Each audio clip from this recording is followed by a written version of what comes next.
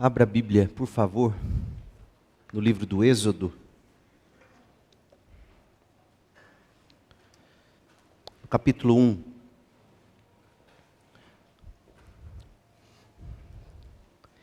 E hoje à noite nós vamos estudar o primeiro trecho deste livro.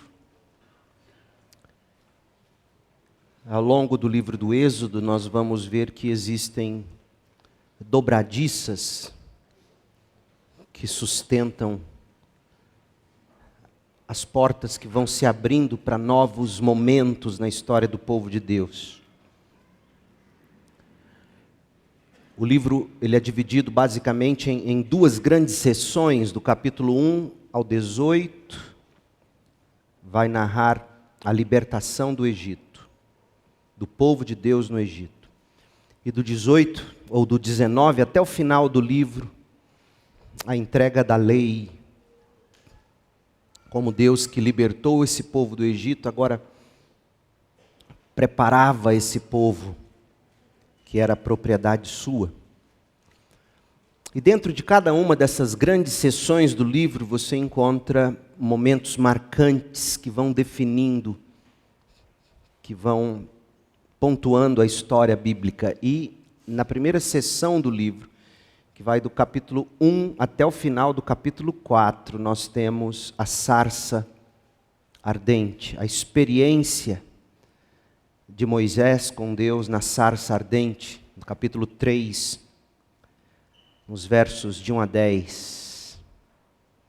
Diz o verso 3 do capítulo 3 de Êxodo, quando Moisés olhou admirado, porque tinha um arbusto, e embora o arbusto estivesse envolto em chamas, o fogo não o consumia.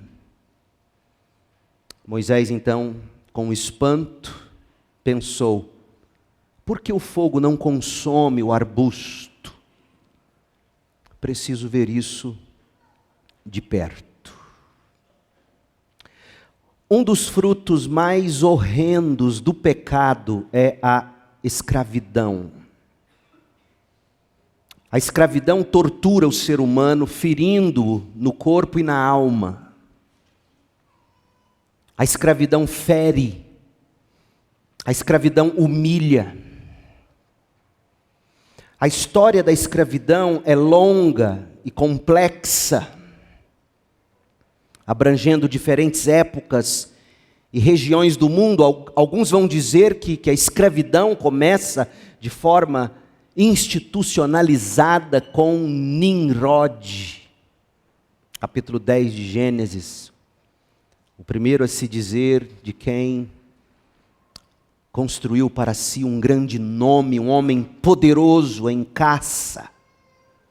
O próprio nome dele significa rebeldia. A escravidão é tão antiga quanto a história da queda no pecado. Houve escravidão na Mesopotâmia, no Egito, na Grécia Antiga. De fato, a escravidão esteve presente desde as primeiras civilizações conhecidas. Os escravos eram frequentemente prisioneiros de guerra, ou criminosos, ou indivíduos que se endividavam e não tinham como pagar suas dívidas impagáveis. Também se obtinham escravos por meio de pirataria, comércio, tráfico e nascimento. Afinal, os filhos de escravos nasciam escravos. Os escravos desempenhavam uma vasta gama de funções, desde trabalho manual pesado até tarefas domésticas e especializadas como educação e administração. Na Grécia Antiga havia escravos que eram grandes filósofos, que ensinavam os filhos dos grandes e poderosos. Em Atenas, por exemplo, a escravidão era uma parte fundamental da economia, e os escravos trabalhavam em minas, fazendas, ou como servos domésticos. Escravos também podiam ser gladiadores. A prática se alastrou pelo Império Romano.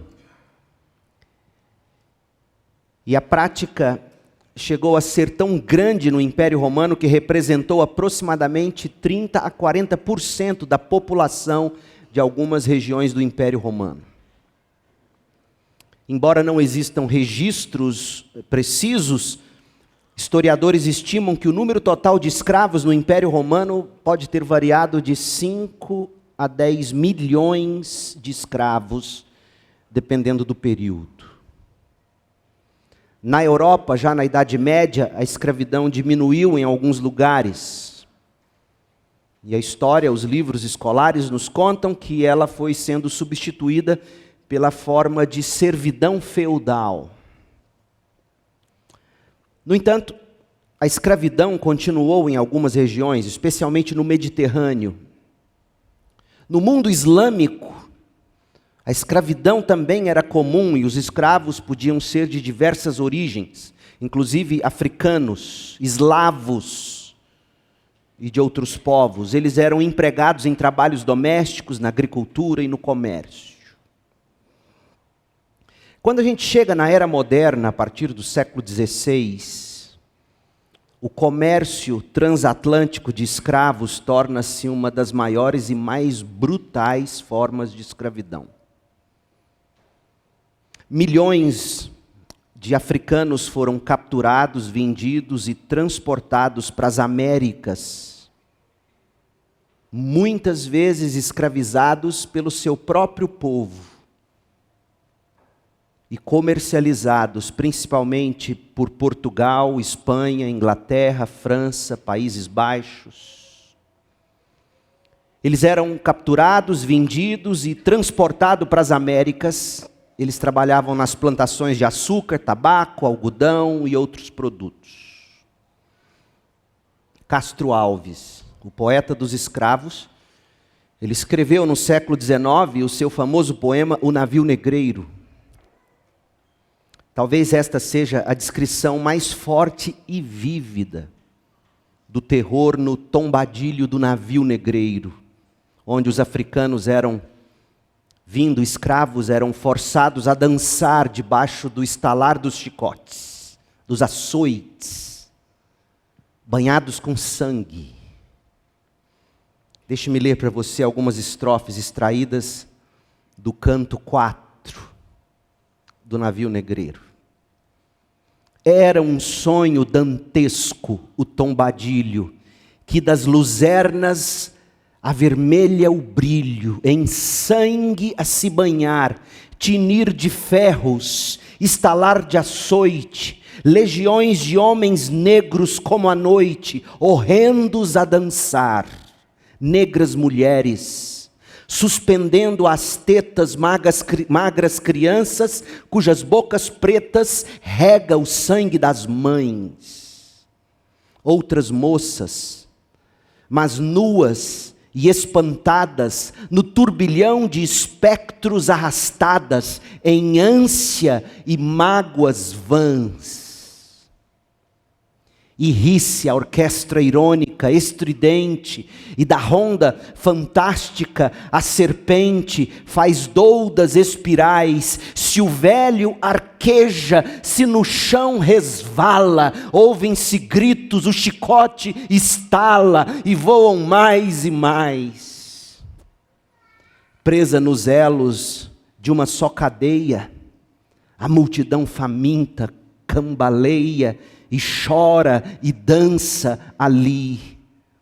Um de raiva delira, outro enlouquece, outro que martírios embrutece, cantando, geme e ri.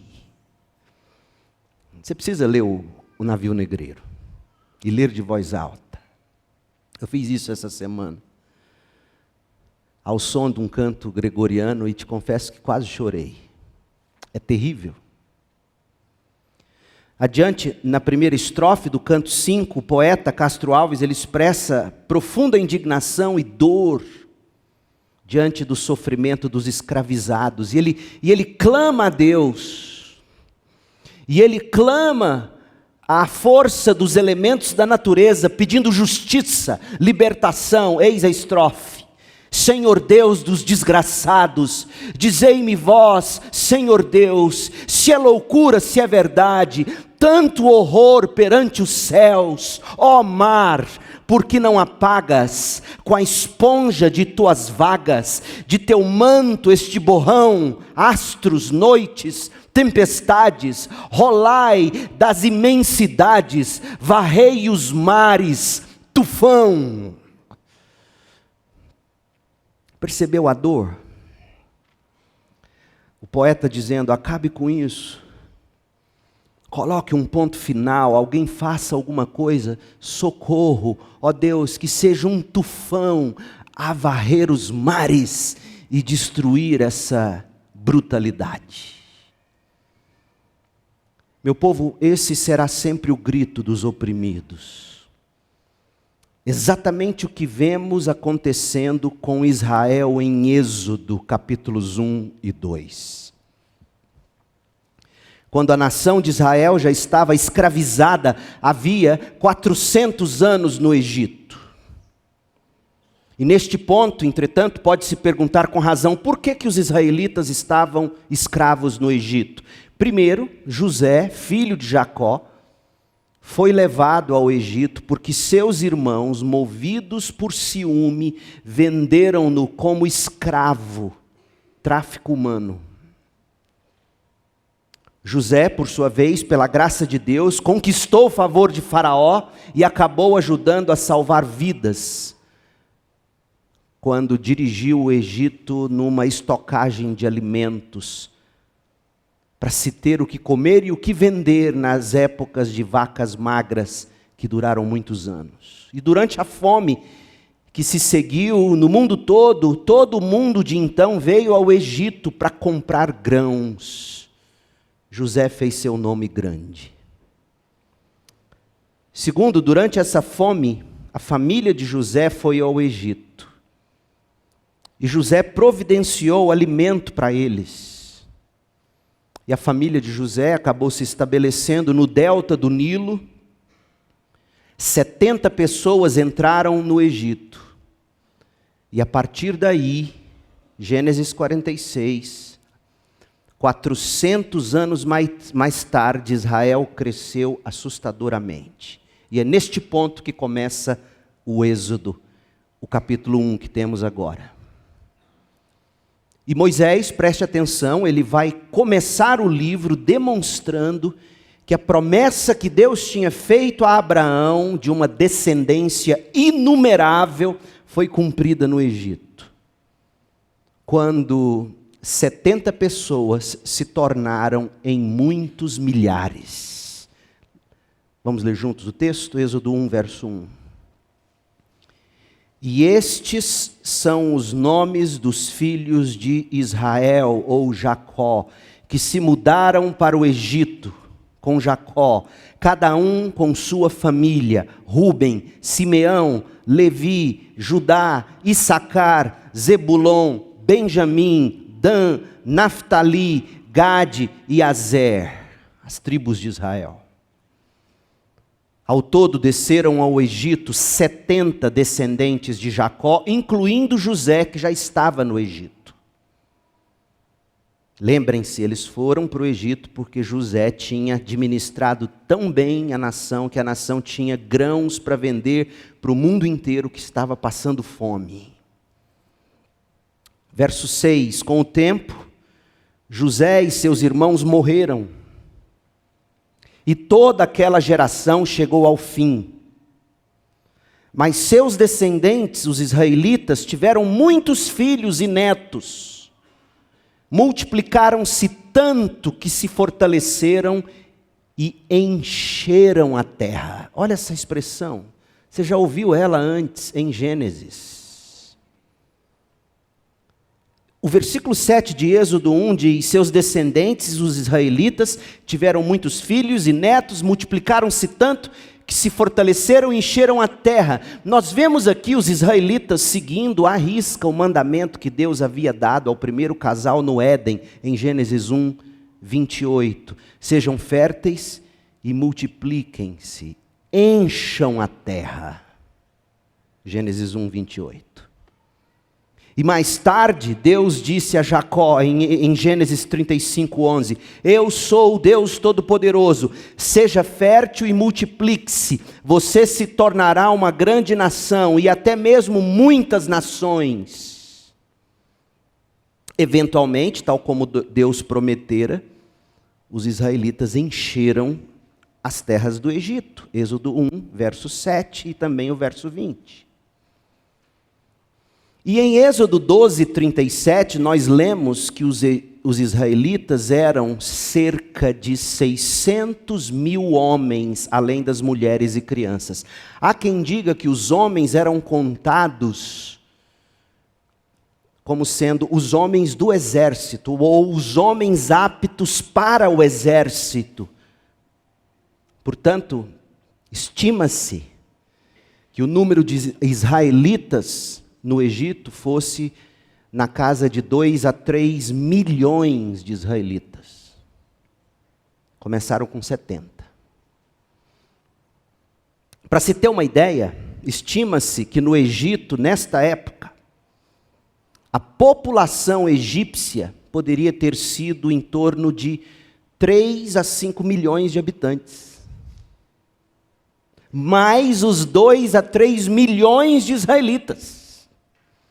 Não era à toa que o faraó estava preocupado, eles eram praticamente metade da população egípcia. E aí nos versículos seguintes, até o final do capítulo 1 de Êxodo, nós encontramos as razões pelas quais Israel precisava de uma redenção. Em resumo, os últimos faraós, os Ixos, para quem quer pesquisar quais eram os faraós nesta época, os Ixos começaram a empregar os israelitas como uma força escrava para o trabalho, nos projetos de construção da região do Delta. Lembrando você, preste atenção, que quando José chegou no Egito, as pirâmides já estavam lá. Os israelitas viram as mesmas pirâmides que os turistas hoje veem. Interessante isso. É muito interessante isso. Então, eles estão aqui escravos, e apesar de toda a opressão, o crescimento exponencial dos israelitas levou o faraó a tentar o primeiro pogrom da história, o primeiro genocídio dos judeus. Eles estão escravos politicamente. Verso 8, leia comigo, Êxodo 1:8. Por fim, subiu ao poder no Egito um novo rei, que não sabia coisa alguma sobre José. O rei disse a seu povo, vejam, agora o povo de Israel é mais numeroso e forte que nós. Eles eram praticamente metade do número total de cidadãos no Egito. Precisamos tramar um plano para evitar que se tornem ainda mais numerosos. Se não o fizermos e houver guerra, eles se unirão a nossos inimigos, lutarão contra nós e depois fugirão desta terra. Moisés narra para nós na sequência a escravidão econômica. Verso 11. Assim os egípcios nomearam capatazes para dirigir o trabalho do povo sob opressão. Os israelitas construíram Pitom e Ramsés, 2 cidades que serviam de centros de armazenamento para Faraó. Para você entender que os egípcios não escravizaram os israelitas para eles construírem pirâmides, mas para construírem armazéns de estocagem. Porém, quanto mais eram oprimidos, mais os israelitas se multiplicavam e se espalhavam, e mais preocupados os egípcios ficavam. Por isso os egípcios forçaram os israelitas com crueldade a trabalhar pesado. Tornaram a vida dos israelitas amarga, obrigando eles a preparar argamassa, produzir tijolos e fazer todo o trabalho nos campos. Eram cruéis em todas as suas exigências. escravidão social, escravidão política. Mas o destaque que nós lemos do verso 15 ao fim do capítulo destaca ainda mais a escravidão social. Olha o verso 15. O faraó, rei do Egito, deu a seguinte ordem às parteiras hebreias, Sifrá e Puá. Quando ajudarem as hebreias a dar à luz, prestem atenção durante o parto. Se for menino, matem o bebê. Se for menina, deixem que viva. Mas as parteiras temiam a Deus e se recusaram a obedecer à ordem do rei. Assim deixaram os meninos viver. Está aqui 2 nomes lindos para sua próxima filha: Sifrá e Puá. Eram contra o genocídio, era contra o aborto. Então o rei do Egito mandou chamar as parteiras e lhes perguntou: por que fizeram isso? Por que deixaram os meninos viver? As mulheres hebreias não são como as egípcias. O senhor não está entendendo. Responderam as parteiras ao faraó. São mais vigorosas. Elas não estão mentindo, não, elas estão dizendo a verdade. São mais vigorosas e dão à luz com tanta rapidez que não conseguimos chegar a tempo. Deus foi bondoso com as parteiras e os israelitas continuaram a multiplicar-se e tornaram-se cada vez mais fortes. E porque as parteiras temeram a Deus, Deus deu a cada uma delas a sua própria família. Então o faraó deu a seguinte ordem a todo o seu povo: lancem no rio Nilo todos os meninos hebreus recém-nascidos, mas deixem as meninas viver. Em tudo isso, nós vemos a escravidão espiritual na qual estava submetido esse povo. As escavações arqueológicas, elas revelam que os faraós usavam uma coroa, que eles chamavam de uraeus. Preste atenção, essa coroa adornada com uma serpente ereta, pronta para atacar. Vocês já devem ter visto imagens de túmulos de faraós com essa serpente bem na testa. No Antigo Egito, isso era símbolo de soberania, mas nos faz lembrar da promessa de Gênesis 3,15.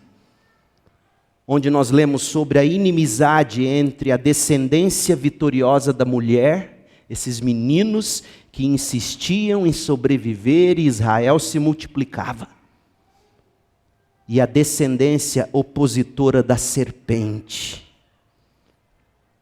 O faraó, dessa forma, ele desempenhou o papel da serpente, tentando matar esses bebês. O Egito, de fato, era o inimigo de Deus.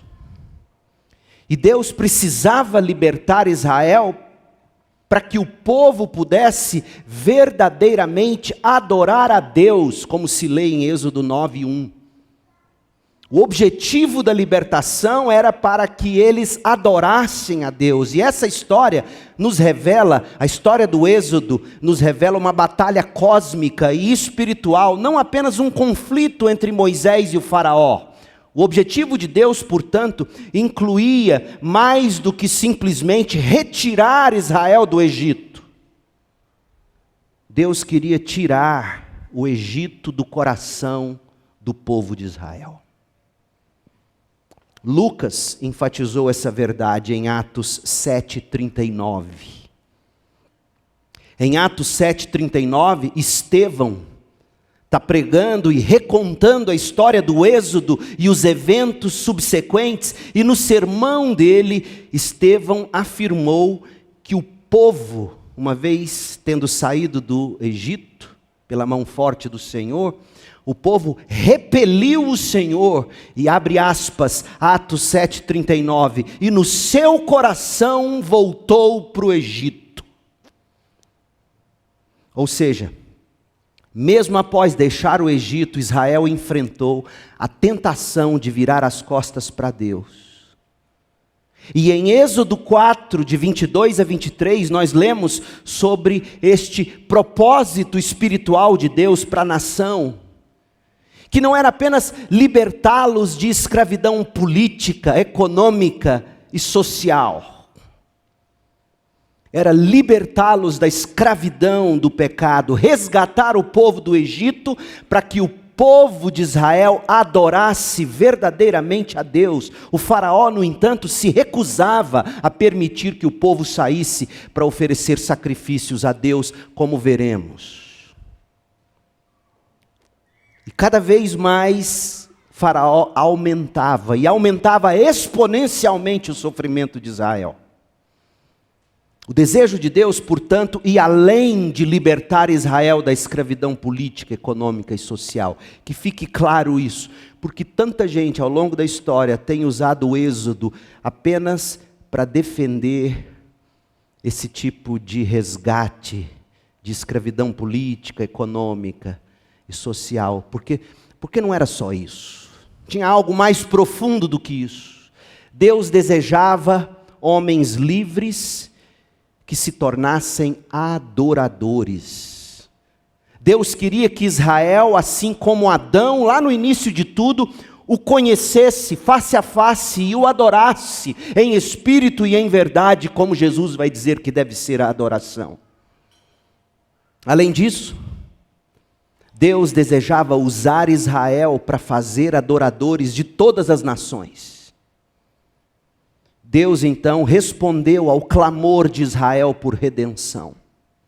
No entanto, Deus não os libertou apenas da opressão social, econômica e política para que pudessem adorá-lo.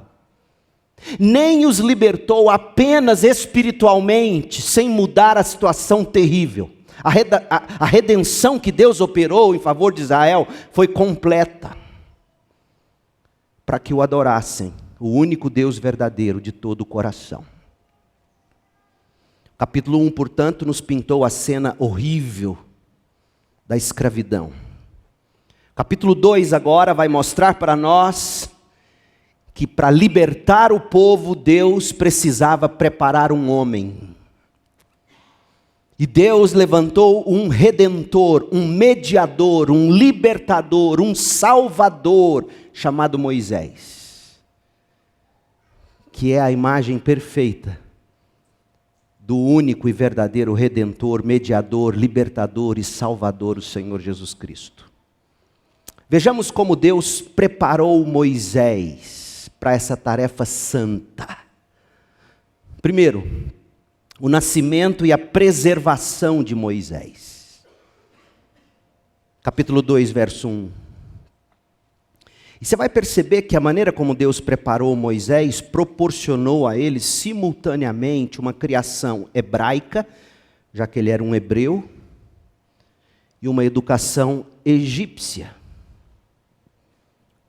já que de algum modo isso vai ser importante no futuro. Capítulo 2, verso 1. Por essa época, um homem e uma mulher da tribo de Levi se casaram. Veja que a história de Deus, ela acontece na rotina de lares. Porque em contraste com o capítulo 1 e toda a opressão que estava sofrendo Israel, a cena do Espírito Santo de Deus, o Espírito Santo de Deus conduz a cena agora, o foco das lentes, para a gente enxergar uma família comum, um marido e uma mulher fiéis a Deus, que se amam, casados, que se relacionam como todo casal relaciona, e do fruto desse amor e dessa aliança nasce o resgatador. O diabo sabe que Deus prepara seus homens e mulheres no contexto de famílias piedosas. É por isso que o diabo odeia a família. Por essa época, um homem e uma mulher da tribo de Levi se casaram. A mulher engravidou e deu à luz um menino. Viu que era um lindo bebê e o escondeu por 3 meses. Quando não conseguia mais escondê-lo, pegou um cesto feito de junco, de papiro, e o revestiu com betume e piche, acomodou o bebê no cesto, colocou entre os juncos à margem do rio Nilo. Já que era para jogar os bebês no rio Nilo, não era isso que o faraó queria? Eu vou jogar o meu. A irmã do bebê ficou observando a certa distância para ver o que lhe aconteceria. Pouco depois, a filha do faraó desceu ao Nilo para tomar banho e suas servas foram caminhar pela margem do rio.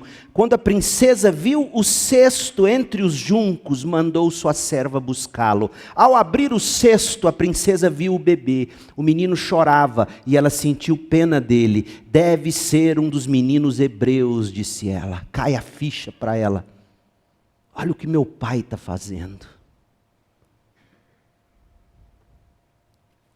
Então a irmã do menino, é por isso que os abortistas, a propósito, detestam que se mostre imagens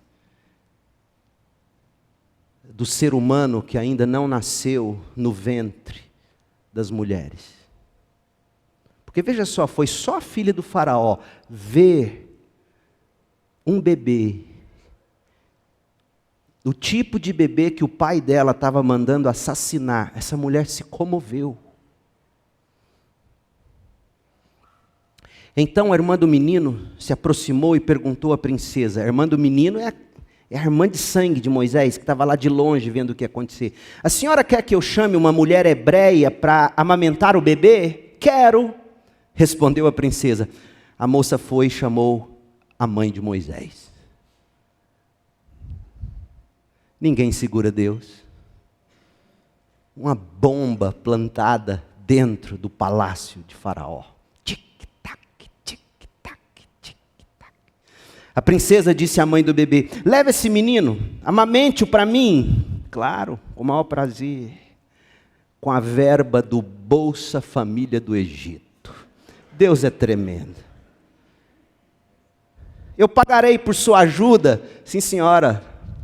Bolsa Gás também, por favor, porque esse menino mama muito. Eu vou ter que tirar leite, guardar, esquentar depois. A mulher levou o bebê para casa e o amamentou. Quando o menino cresceu, ela o levou de volta à filha do faraó, que o adotou como seu próprio filho. A princesa o chamou de Moisés, pois disse, eu o tirei da água. Eu o tirei de onde meu pai tinha decretado que todos os bebês como ele deveriam morrer. Então Moisés nasceu e foi preservado. Agora Deus prepara Moisés. E a maneira de Deus preparar Moisés começa com a rejeição da primeira tentativa de Moisés agir na força do próprio braço. Moisés, você já sabe que eu quero te usar, mas você tem que aprender uma coisa, nunca será do seu jeito, com a sua força e no seu tempo. Verso 11, anos depois, já adulto, Moisés foi visitar seu povo e descobriu que eles eram forçados a realizar trabalhos pesados. Durante sua visita, Moisés viu um egípcio espancar um hebreu, um homem de seu povo. Olhou para todos os lados e não avistando ninguém por perto, matou o egípcio. Em seguida, escondeu o corpo na areia. No dia seguinte, quando Moisés saiu novamente para visitar o povo, viu 2 hebreus brigando. Por que você está espancando seu amigo? Perguntou Moisés ao que havia começado a briga. O homem respondeu, quem o nomeou príncipe e juiz? Vai me matar como matou o egípcio? Todo mundo já sabe.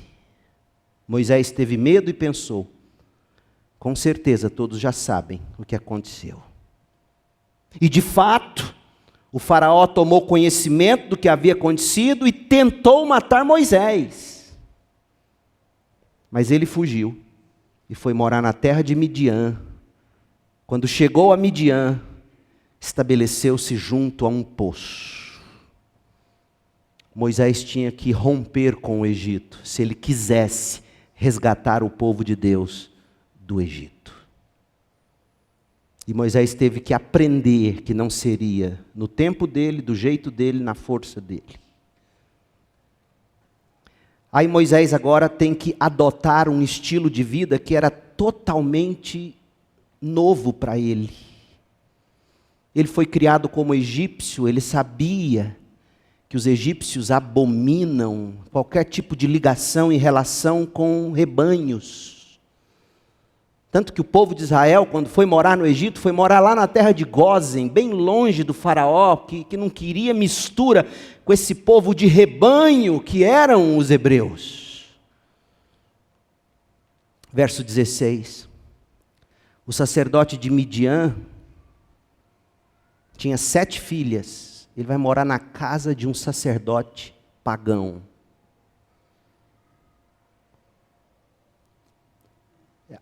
Há esperança para todos quantos são criados ainda, ou têm que viver ainda que num ambiente pagão e hostil.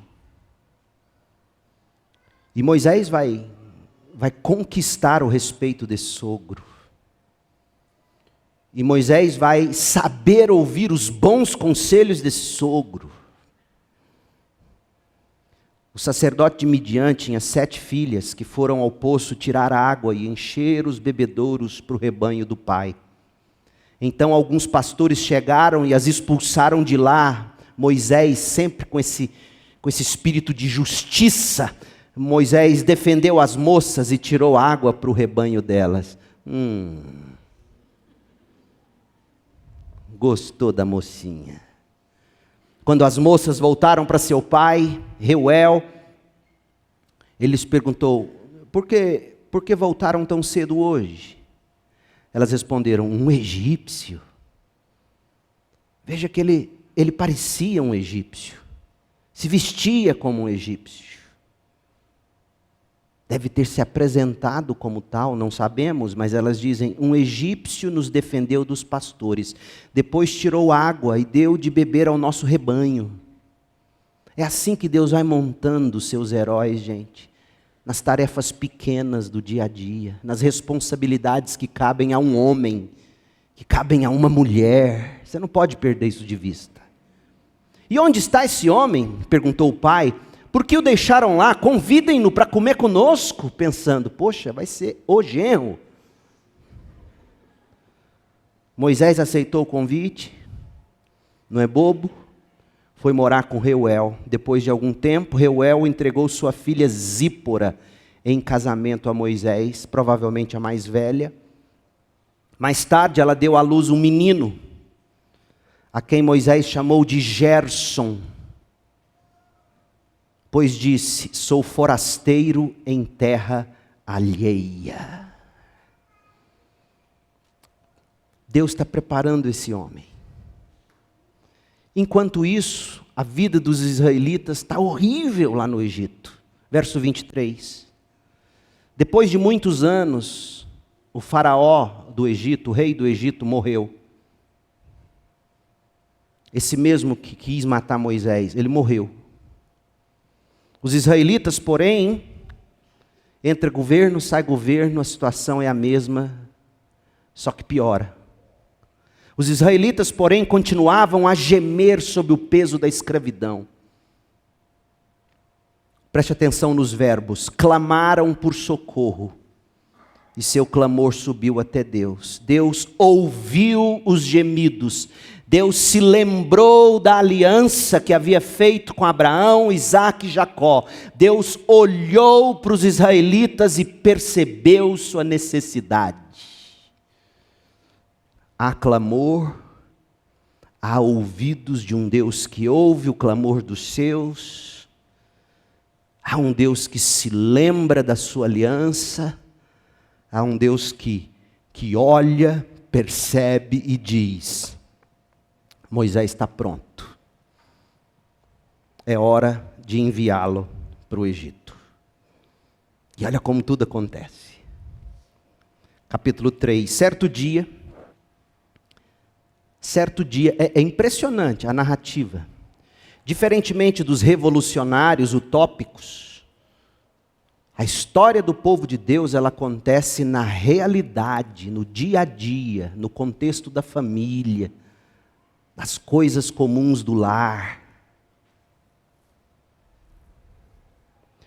Não se forma heróis em sindicatos, em meio de camaradas. Formam-se os heróis no contexto da família, que teme a Deus. Certo dia, Moisés estava cuidando do rebanho do sogro, Jetro, sacerdote de Midian. Veja que ele nunca deixou de ser um trabalhador. Ele que havia sido criado com todas as regalias do Egito.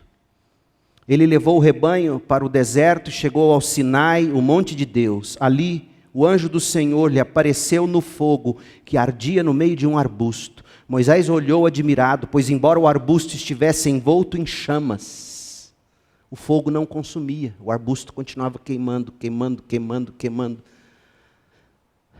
mostrando que a santidade de Deus, o ser de Deus é inextinguível.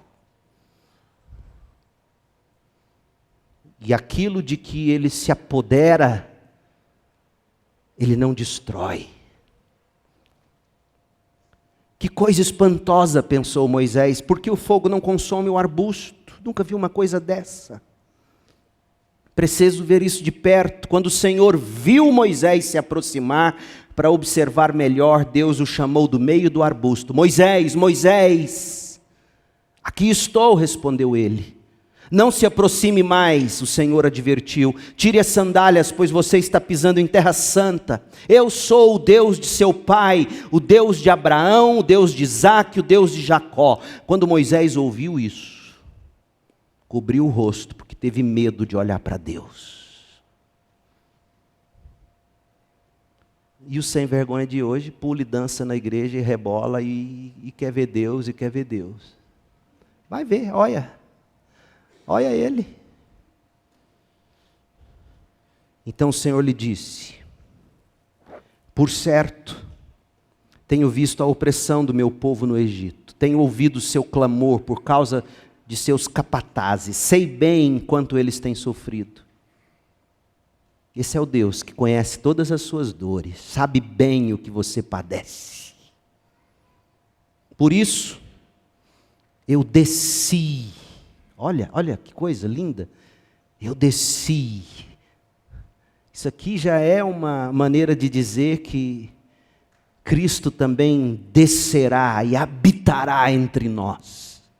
Eu desci para libertá-los do poder dos egípcios e levá-los do Egito a uma terra fértil e espaçosa. É uma terra que produz leite e mel com fartura, onde hoje habitam os cananeus, os hetitas, os amorreus, os ferezeus, os heveus e os jebuseus. Sim, o clamor do povo de Israel chegou até mim, e eu tenho visto como os egípcios os tratam cruelmente. Moisés deve estar pensando, o que eu tenho com isso? Agora vá, pois eu envio ao faraó. Você deve tirar meu povo Israel do Egito. Pense bem, Deus disse, eu desci e eu te envio. O que ele está dizendo? Eis que estou convosco e estarei convosco todos os dias, Moisés. Deus chama Moisés e Moisés vai dizer o que já vimos na última mensagem. Eu não tenho credenciais, eu não tenho conteúdo, eu não tenho certeza de que eu vou ser ouvido, eu não tenho boa comunicação. Aliás, eu não quero esse compromisso, por favor. Eu até tentei, 40 anos atrás, tive que sair corrido. Agora que eu tenho um sogro tão gente boa, estou pregando o evangelho para ele, o velhinho está quase crente, faz isso não. Minha mulher. E Deus vai derrubar cada uma dessas justificativas. Verso 11. Moisés, porém, disse a Deus, quem sou eu para que possa me apresentar ao faraó? Quem sou eu para tirar o povo de Israel do Egito? Meu povo, veja, isso aqui não é a confissão de um homem que tem baixa autoestima. Por favor, por favor, por favor, não caia nesse engodo. Isso é psicologia da mais barata. Isso aqui é um homem sendo honesto, sincero. É só você pensar na realidade. Eu não sou o homem para ir lá. Deus respondeu: eu sei que você não é. Eu estarei com você. Este é o sinal de que eu sou aquele que o envia. Depois que você tirar o povo do Egito, vocês adorarão a Deus neste monte. Eu te dou a minha palavra, você vai adorar com esse povo aqui nesse monte. Está vendo qual é o propósito da libertação? É ter um povo que o adora. E você vai se lembrar do que eu estou te dizendo hoje aqui. Eis que estou convosco todos os dias da sua vida, até a consumação dos séculos. Moisés, não satisfeito, verso 13, disse a Deus: se eu for aos israelitas e lhes disser, o Deus de seus antepassados me enviou a vocês. Eu conheço aquele povo, eu vivi no meio deles. Sabe o que eles vão dizer? Qual é o nome desse Deus? O que devo dizer? Deus respondeu a Moisés: você vai dizer que eu sou o que sou. Diga ao povo de Israel: eu sou, me enviou a vocês. Deus também instruiu Moisés: diga ao povo de Israel: Yahvé, o Deus de seus antepassados, o Deus de Abraão, o Deus de Isaque, o Deus de Jacó me enviou a vocês. Este é meu nome para sempre, o nome pelo qual serei lembrado de geração em geração. Agora vá, Moisés, e reúna os líderes de Israel. Comece assim, reunindo os líderes.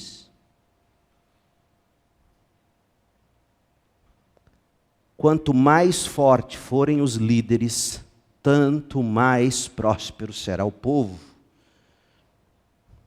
Você tem que começar pelos líderes. É por isso que o diabo odeia líderes fortes. Detona lideranças. Então você vai chegar aos líderes de Israel. Reúna os líderes, diga-lhes que o Senhor, o Deus de seus antepassados, o Deus de Abraão, Isaque e Jacó, lhe apareceu e disse: tenho observado atentamente e vejo como os egípcios os têm tratado. Prometi libertá-los da opressão do Egito e levá-los a uma terra que produz leite e mel com fartura, onde hoje habitam os cananeus, os hititas, os amorreus, os ferezeus, os heveus e os jebuseus.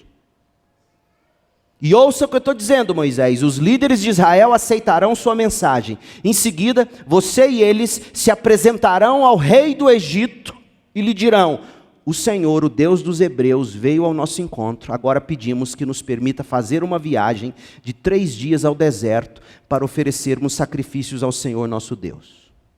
Eu sei que o rei do Egito não vai deixar vocês fazerem isso. Então por que o Senhor está me enviando? Eu sei que o rei do Egito não os deixará ir, a não ser que uma mão poderosa o force. Por isso, levantarei minha mão, ferirei os egípcios com todo tipo de milagres que farei no meio deles. Então, por fim, o faraó vai deixar vocês irem.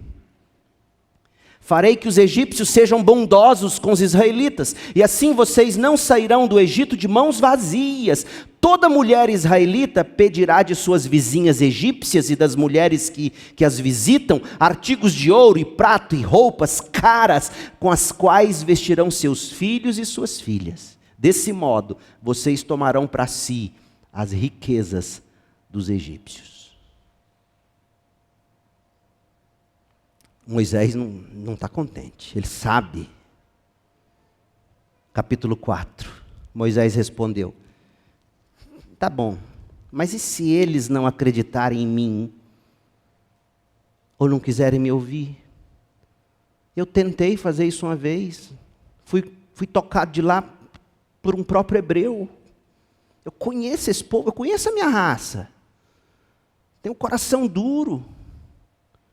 E se eles disserem: o Senhor nunca lhe apareceu? Então o Senhor lhe respondeu, lhe perguntou: o que você tem na mão, Moisés? Uma vara, respondeu Moisés, um cajado. Jogue no chão, disse o Senhor. Moisés jogou a vara no chão e ele se transformou numa serpente. Moisés fugiu dela, mas o Senhor lhe disse: estenda a mão e pegue pela cauda. Tenta pegar uma cobra pela cauda. Tenta. Se você quer pegar uma cobra, não é na cauda. Aliás, você nem pega. Mas se tiver que pegar, que seja onde? Na cabeça. Na cauda é dizer: pica que eu estou aqui. E Moisés está vendo, esse Deus não está brincando. Estenda a mão, pega pela cauda. Moisés estendeu a mão, pegou a serpente. E na hora ela virou a vara de novo. Então o Senhor lhe disse: faça esse sinal, e eles acreditarão que o Senhor, o Deus de seus antepassados, o Deus de Abraão, o Deus de Isaque, o Deus de Jacó, de fato lhe apareceu. O Senhor também disse a Moisés: agora coloque a mão dentro do seu manto, põe a mão no peito, dentro da roupa. Moisés colocou a mão dentro do manto e quando tirou, a mão estava branca, como neve, cheia de lepra.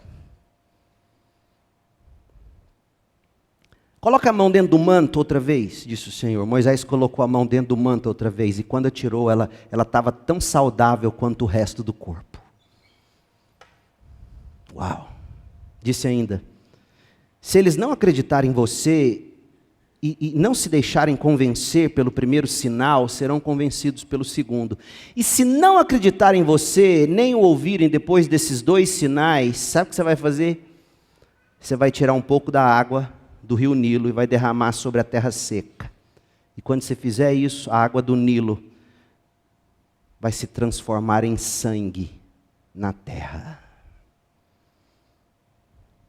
Moisés está falando: esse Deus não é fraco, não. Mas verso 10, deixa Moisés falar.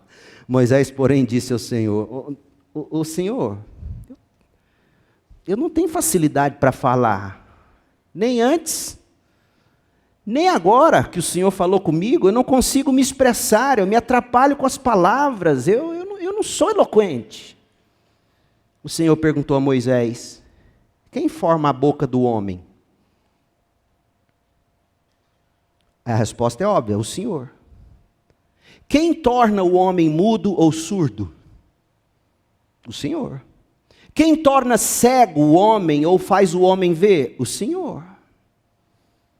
Por acaso não sou eu o Senhor? Agora vá, eu estarei com você, Moisés. Quando falar, eu instruirei a respeito do que você deve dizer. Por favor, Senhor, suplicou Moisés, envia qualquer outra pessoa, eu não quero. Então o Senhor se irou com Moisés. A paciência de Deus tem limite. Moisés, você já tem o suficiente. Engula o choro, vira homem e vá. O Senhor se irou e lhe disse: e quanto a seu irmão Arão, o levita? Sei que ele fala bem. Fala tão bem que vai guiar o povo em idolatria lá na frente. Veja, ele está vindo ao seu encontro e se alegrará em vê-lo. Fale com ele, diga as palavras que ele deve transmitir. Estarei com vocês 2 quando falarem e os instruirei a respeito do que devem falar. Arão falará por você diante do povo. Ele será o seu porta-voz e você será como Deus para ele. Leve com você a vara e use-a para realizar os sinais que eu lhe mostrei. Pronto, não tem jeito. Como é que você foge desse Deus? Vai que esse cajado vira cobra no meio da noite? Eu vou embora. Moisés chega em casa, verso 18. O negócio agora é convencer a mulher. Pior do que Deus é uma mulher que está braba. Aí aqui, Moisés voltou à casa de Jetro, seu sogro, e lhe disse: Olha que homem. Por favor, permita-me voltar ao Egito para procurar meus parentes. Nem sei se ainda vivem. Vá em paz, respondeu Jetro. Antes de Moisés partir de Midian, o Senhor lhe disse: volte ao Egito, pois todos que queriam matá-lo já morreu. Então Moisés tomou sua mulher, seus filhos, montou eles num jumento e voltou para a terra do Egito. Levava na mão a vara de Deus. O Senhor disse a Moisés: quando chegar ao Egito, apresente-se ao faraó e faça todos os milagres para os quais eu o capacitei. Contudo, eu vou endurecer o coração do faraó para que se recuse a deixar o povo ir.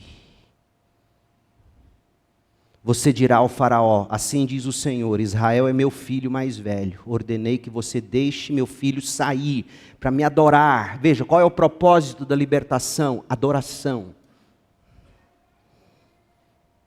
Mas uma vez que você se recusou, eu matarei seu filho mais velho. Está de brincadeira que eu vou falar isso para o faraó? No caminho, algo inesperado aconteceu. É uma cena que parece estar tão fora do contexto que você lê isso aqui e fala: o que está acontecendo? Mas é a maneira de Deus dizer: não brinque com a minha aliança. Olha o que vai acontecer, verso 24. No caminho para o Egito, no lugar onde Moisés e sua família haviam parado a fim de passar a noite, o Senhor o confrontou e estava prestes a matar Moisés. Uau! Custou convencer o homem, agora que o homem está pronto, você vai matar ele? Vai, por quê? Mas Zípora pegou uma faca de pedra e circuncidou seu filho. Moisés não tinha circuncidado o menino. Com o prepúcio, tocou os pés de Moisés e lhe disse: agora você é para mim um marido de sangue. Aqui não é nenhum tipo de bronca.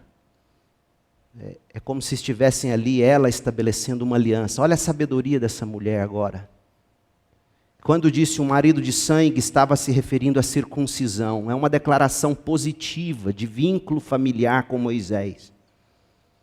E depois que a aliança foi cumprida aqui, o que era devido ao filho, ele deveria ser circuncidado. Depois disso, o Senhor deixou Moisés.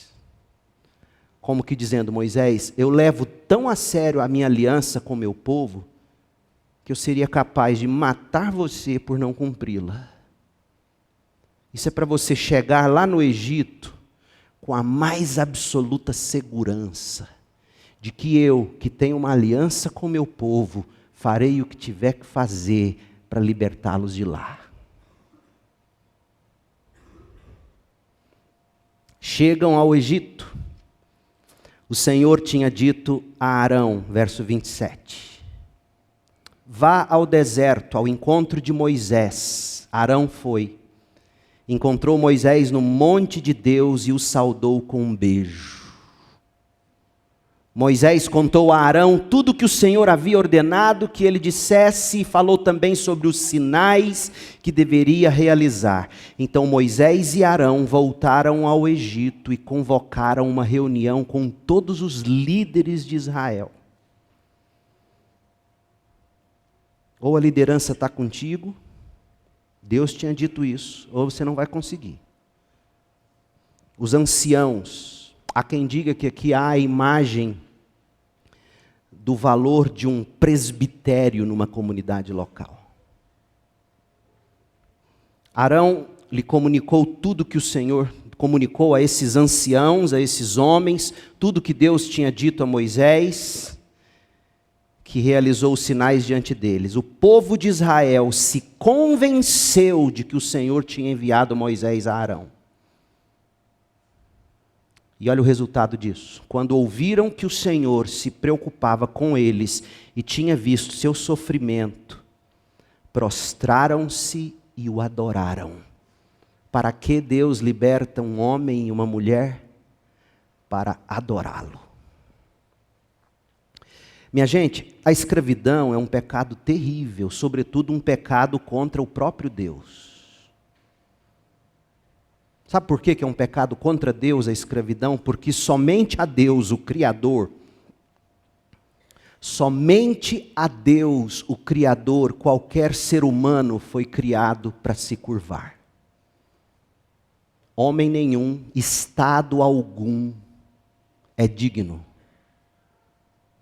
de homens e mulheres curvados diante dele.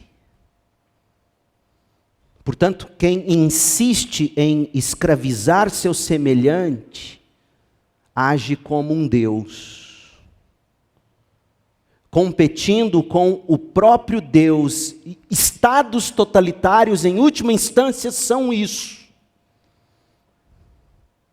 Tomaram o lugar de Deus, como o faraó havia tomado o lugar de Deus sobre os egípcios, sobre os israelitas.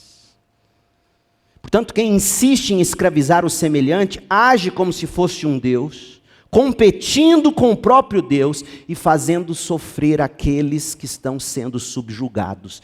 A escravidão é degradante.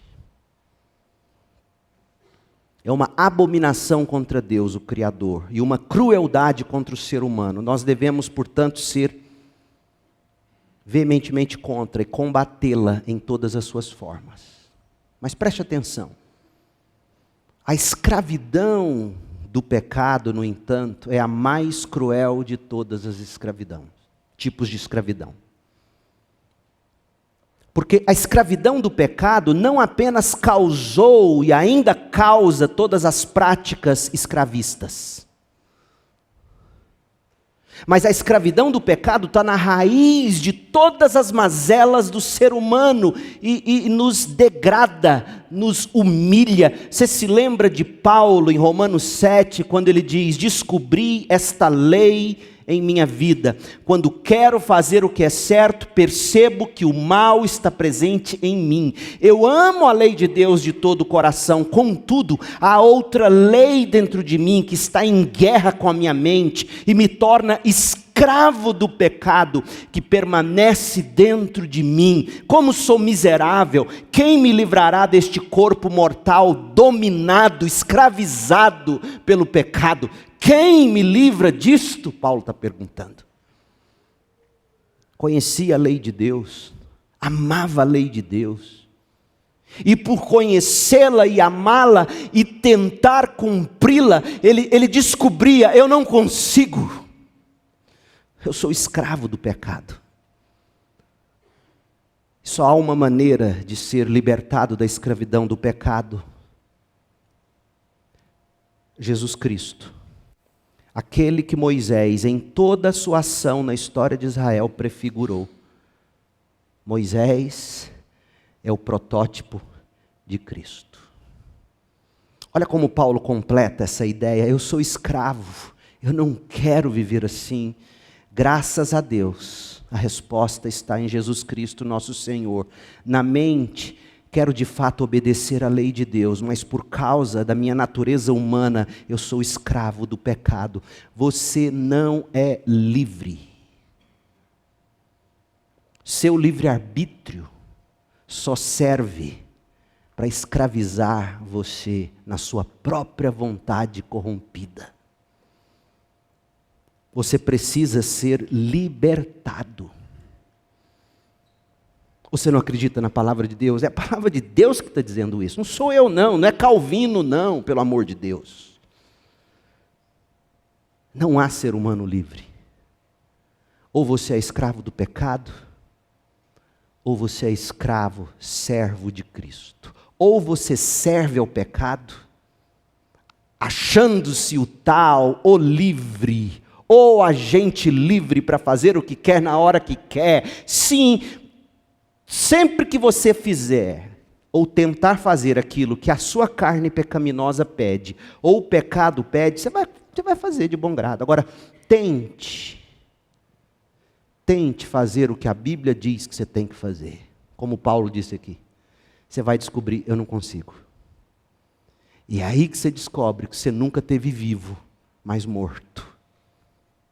Morto porque seu coração nunca se inclinou para Deus. E no momento em que você tentou mudar de vida, você descobriu: eu não consigo. Se você for honesto, você vai entender isso. Portanto, pelo amor de Deus, não entra nessa discussão, calvinismo, arminianismo, não acredito nessas bobagens, nessas coisas, sou batista e papapá. Lê a Bíblia, está aqui. Você, sem Cristo, serve a um mestre, e o nome dele é pecado. E você só vai descobrir que ele é um mestre terrível no dia em que você competir com ele. Disser, não vou viver mais assim. Aí você vai ver o preço que você paga. E nesta noite pode ser que você esteja nesse estado, como os israelitas, gemendo debaixo da escravidão do Egito. E você viu tanto que o Egito escraviza bem, porque quando o povo sai do Egito, vai para o deserto, diante da primeira dificuldade, Estevão pregando em Atos 7, que nós lemos, ele vai dizer, o povo no seu coração desejou voltar para o pecado, para o Egito. Como é que você se liberta em Cristo Jesus? Paulo continua, Romanos 8, verso 1. Agora, portanto, já não há nenhuma condenação para os que estão unidos em Cristo Jesus pela fé. Pois em Cristo Jesus a lei do Espírito que dá vida os libertou da lei do pecado que leva à morte. A lei não era capaz de nos salvar por causa da fraqueza da nossa natureza humana. A lei diz, faz, não faz, e você tenta não fazer ou fazer, você não consegue. Mas a lei do Espírito capacita você. Por isso Deus fez o que a lei era incapaz de fazer, ao enviar seu Filho na semelhança de nossa natureza humana pecaminosa e apresentá-lo como sacrifício pelo nosso pecado. Com isso, Deus declarou o fim do domínio do pecado sobre nós. Como é que o pecado deixa de ser o seu Senhor? Quando você abraça Cristo pela fé. E aprende a palavra de Deus. E deixa-se guiar pelas promessas de Deus. De modo que nós que agora não seguimos mais a natureza humana, mas sim o Espírito, possamos cumprir as justas exigências da lei. Não é que você agora, crente, salvo pela graça, pega a lei de Deus, pega o Antigo Testamento e joga fora. Não! Agora que você será verdadeiramente empoderado para cumprir as justas exigências da lei. E toda vez que você não conseguir, você vai dizer, perdão, Cristo cumpriu por mim. Senhor, me capacite para que eu seja como Cristo. A grande libertação que Deus quer fazer na sua vida hoje à noite é a libertação do pecado. Mais do que te libertar da opressão econômica, social, política. A opressão que te destrói, te faz gemer e faz esse mundo gemer, é a opressão do pecado. E Moisés, servo do Senhor, fez o que fez, prefigurando para nós o que Cristo fez para te libertar do seu pecado. A sarça ardente, o Deus que queima na sarça e não a consome, porque Deus é inextinguível. E uma vez que Deus toma posse de alguém, uma sarça, Ele não a destrói, mas o pecado te destrói. O pecado, Paulo diz, te mata, te condena. Que o Senhor abra seus olhos hoje à noite e te faça ver que a grande libertação de que você precisa não é econômica, política ou social. A grande libertação que o Brasil precisa não é a que qualquer um dos políticos em campanha neste momento estão nos prometendo. E você vai aprender, como vimos, nós lemos Êxodo 1, e você vai ver que o povo de Deus cresce no meio de opressão. Quanto mais oprimido o povo de Deus, quanto mais injustiçado o povo de Deus, mais o povo de Deus cresce. E nós vimos no capítulo 2 que Deus prepara homens e mulheres nos contextos menores, famílias, casas, igrejas, pequenininhas como a nossa. Deus pode estar levantando os Moisés dessa geração entre nós. no contexto do lar. Deus vem, se revela, a gente reluta. Deus se revela, Deus insiste e nos envia. É o que Ele quer que você faça da sua vida. Um instrumento dEle. Seja você um advogado ou uma diarista, um missionário, pastor, médico, autônomo, seja você quem for. Deus te envia para você libertar os milhares e milhares que estão escravos do pecado ao seu redor. E Ele prometeu: eis que eu estou com você todos os dias, até a consumação dos séculos. Não tema, Moisés, eu estou com você. Não tema, eu estou com você, diz o Senhor. O Senhor nos salva para adorá-lo, e o Senhor nos salva para salvarmos outros. Oremos. Pai querido, em nome de Jesus, abençoa esta igreja, abençoa meus irmãos e irmãs, a nossa vida. Como é bela a tua palavra e atual.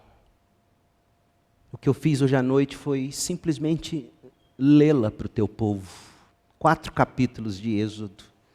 Impensável na maioria das igrejas de hoje. Impensável. Impensável. A que ponto chegamos? Tua palavra é soberana sobre nós aqui. E o que eu quero, com toda a sinceridade da minha alma, e é por isso que me debruço sobre ela, esta palavra, todo dia, semana após semana, ano após ano. O que eu mais quero é que ela produza o efeito que o Senhor mesmo destinou para esta igreja. Salvando pecadores, santificando os seus santos, satisfazendo-nos, saciando-nos com o pão da vida, que é Jesus. Dando-nos a visão correta sobre qual é o nosso principal e maior problema, o pecado. E que a única solução é Jesus Cristo.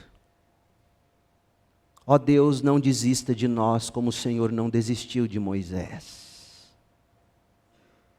E dá-nos a envergadura que Moisés acabou por obter, uma vez tendo aceitado o teu comissionamento.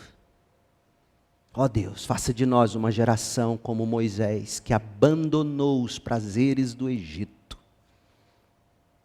por causa de uma esperança superior, Cristo Jesus, e a glória no céu. Faça de nós uma gente assim, para que o mundo olhe para nós e diga: é diferente essa gente. Ó Deus, em nome de Jesus nós oramos, e eu peço que a graça de Jesus Cristo, Senhor, o amor de Deus Pai, o Criador, e a consolação do Espírito Consolador estejam conosco hoje, aqui e para sempre. Amém.